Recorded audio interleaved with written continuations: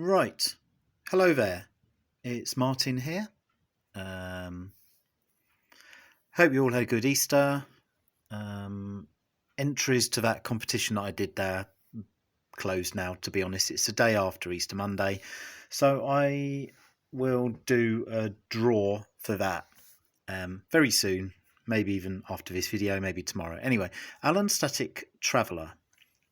This is sort of like a response to his series that he's doing. He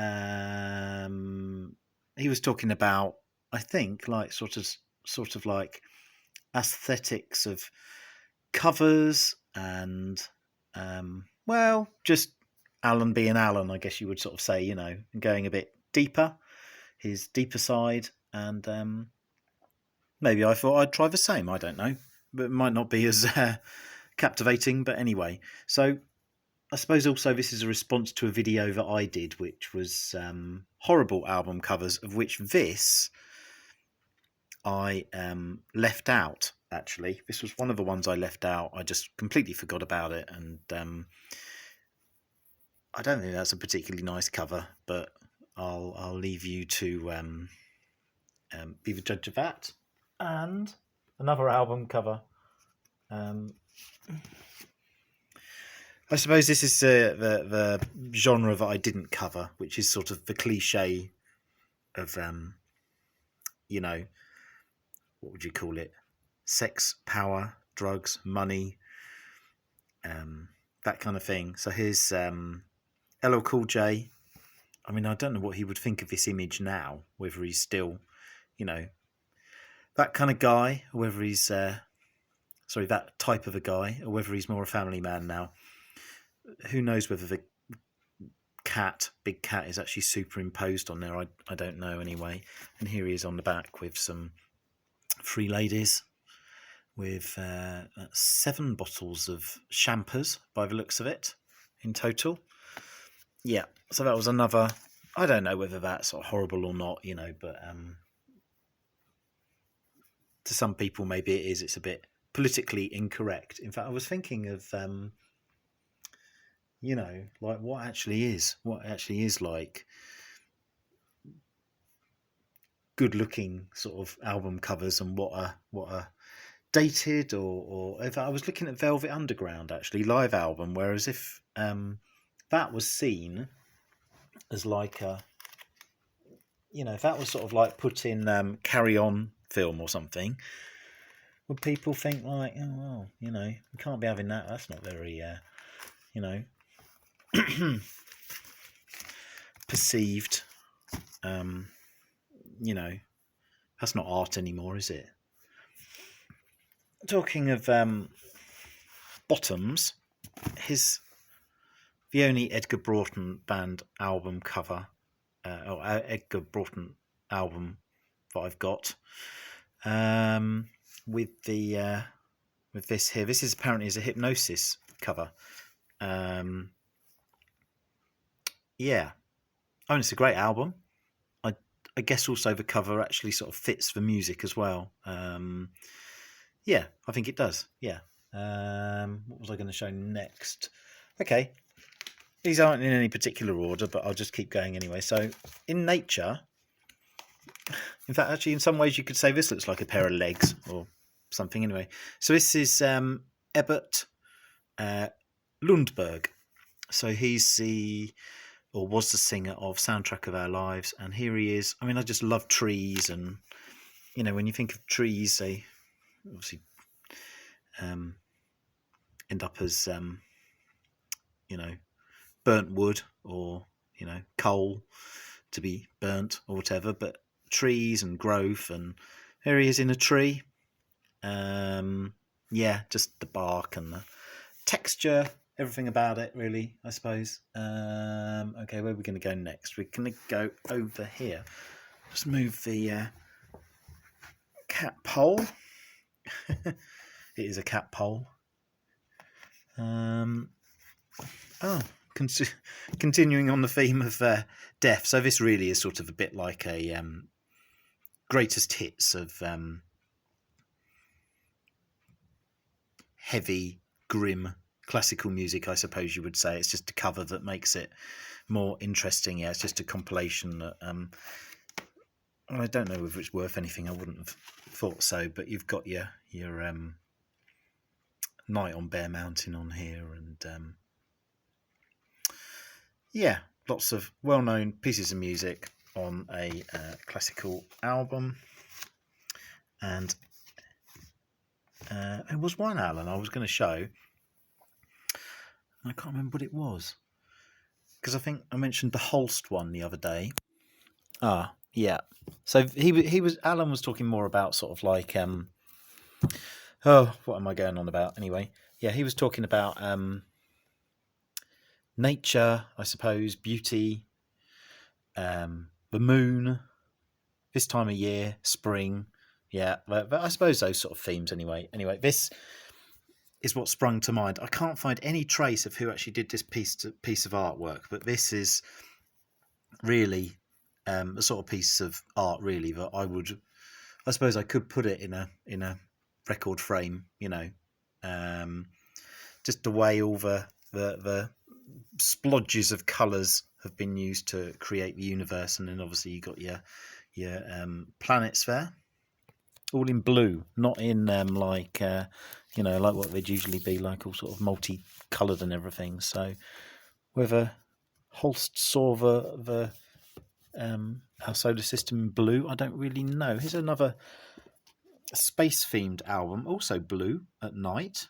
2001: A Space Odyssey, with the don't think Pan American exist anymore, but they're sort of interesting, really, in that we've gone way past 2001, but yet this still could sort of be a possibility. And it looks nice, doesn't it? Let's be honest, that looks nice. It does to my eyes, anyway. Yeah. What else are we going to show?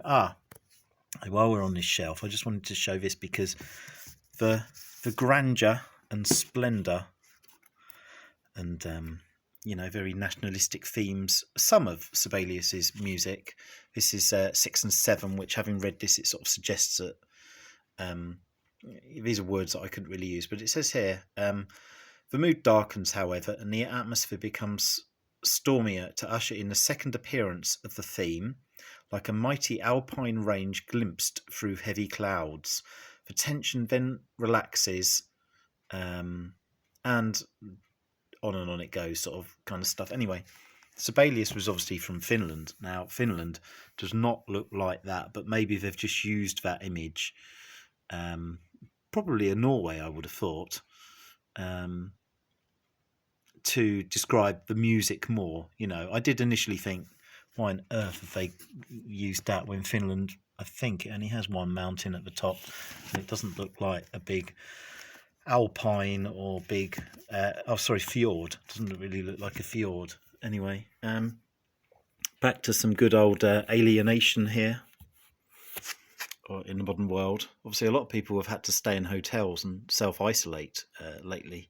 So here's Moby self-isolating. Did think that on the cover there, the back of his head looks a bit like Tofat albums.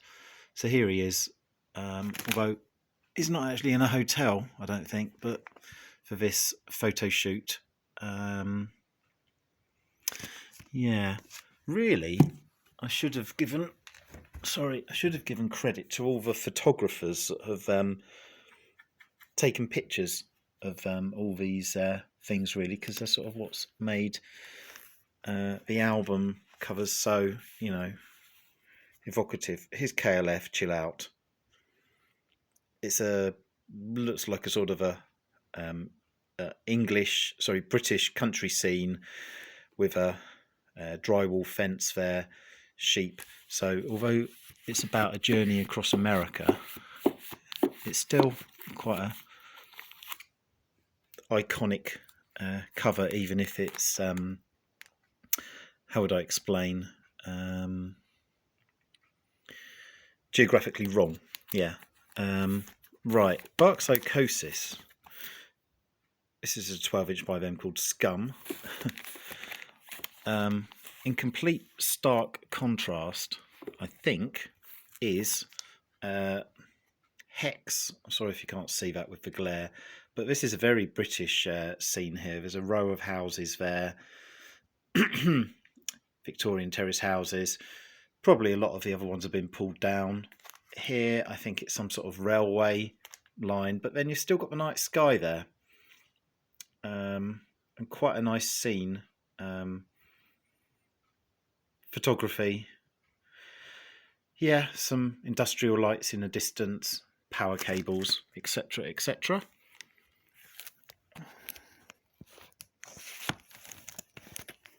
Doesn't matter really, I'll pop it in a minute. Onto a band now, a couple of album covers by them. Probably seen as more unfashionable now as they were in 1991 or whatever. So their first album is Another Industrial Scene. So it's Deacon Blue, Raintown. Not quite sure where this is.